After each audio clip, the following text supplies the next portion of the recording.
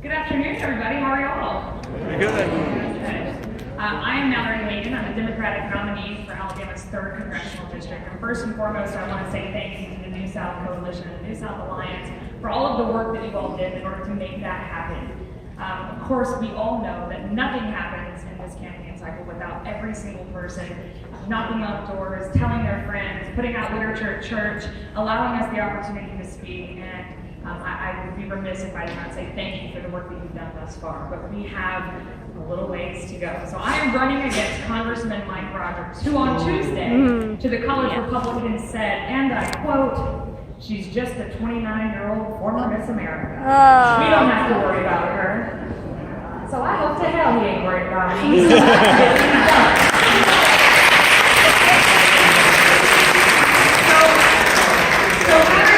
The problems of our district because they are statewide, and we know we need to expand Medicaid. Our education system is in dire jeopardy, and we are facing a time where we can either regress or we can make progress. Let me tell you this: we're holding Congressman Rogers to 51% of the vote.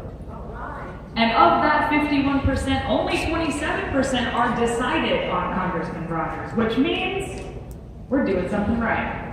Which also means for 16 years, he's been doing a whole lot of things that ain't right? So what we're doing, I'll give you an update. What we're doing is focusing on our 11 college campuses. By the way, every single consultant in DC told us not to do that. That's silly.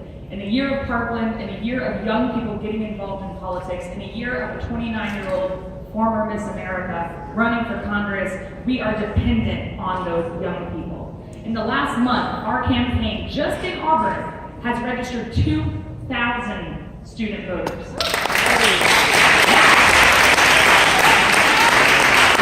That is within the margin of error. And so I ask for your help, I ask for your continued endorsement, and I thank you for giving me the opportunity to address all of you today. Thanks again. Mallory Hagan, District 3.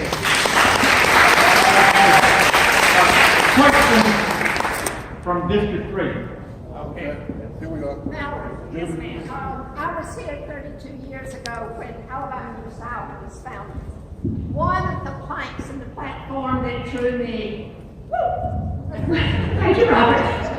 One of the planks was Alabama New South at that time in '86 taking a stand for a moratorium on nuclear weapons. I think this is gone in. This is a huge problem, people. Not only do we have climate change, but nuclear weapons. I'm asking you.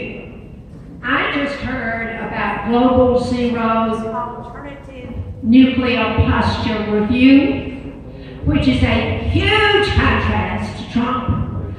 If you are not familiar with it, are you? I'm not. Okay, we can get together. But I am looking for you who advocate for children, for the future of all our children, for this earth itself. Will you give your full support to anti-nuclear weapons policies and help us save our world? I would like to learn more information about what it is that you just said, and that's a huge proponent, or a huge component, of our campaign is listening. So I'd love to sit down and talk about it. I don't want to make a promise that I don't know that I can't keep.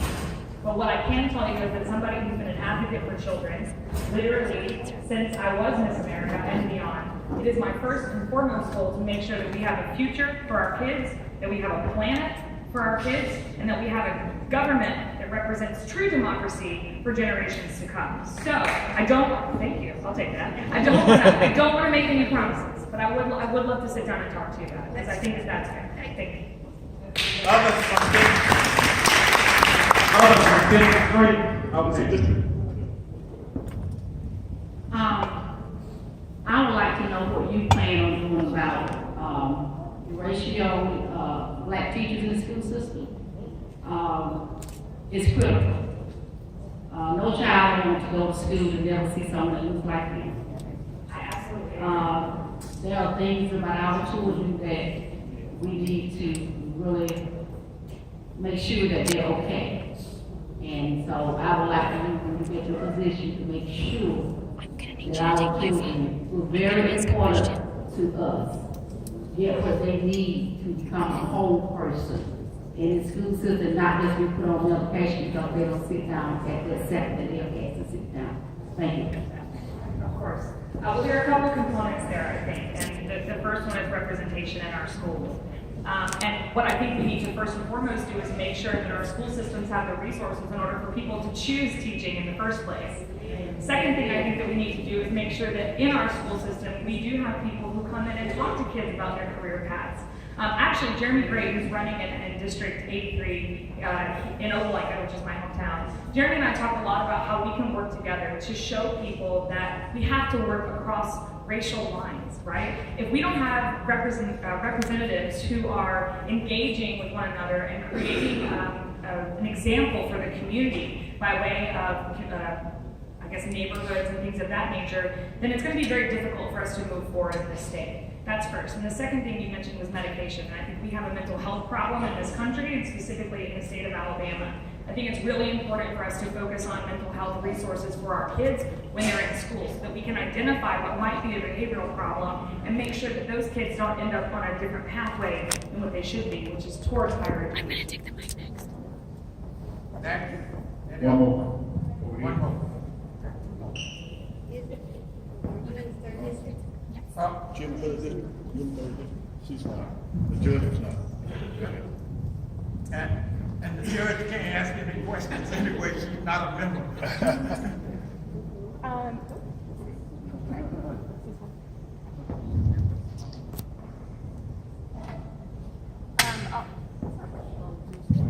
Sorry. It's okay, I can hear you. Can you hear me? Go Okay. ahead. So I think you probably expect this out of me. Mallory and I have a little bit of a back and forth history. Just right now, given that roughly 70% of Americans and now a majority of Republicans, actually over 50%, do support Medicare for all, I would like to know your official stance on it, because it, in my opinion, is the only way forward. And I think you would have a lot of people behind you, myself included. I would stump so hard for you if you supported this. I want to know your stance. That's all I have to say. Thanks, Ashley, for the question. As I've said in the past, and will continue to say, I'm a proponent of Medicare for all. I think that that's the path forward for our country. What I'm also a proponent of is getting things done right now. Right now, what we need to see happen is the expansion of Medicaid in the state of Alabama.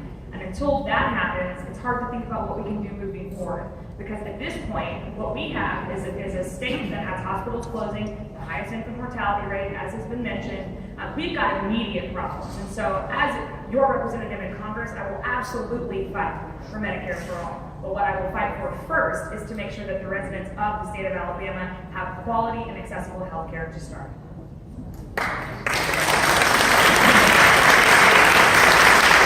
Thank you for the question. I appreciate it. And again, thank you for giving me the opportunity to address everyone today. We only have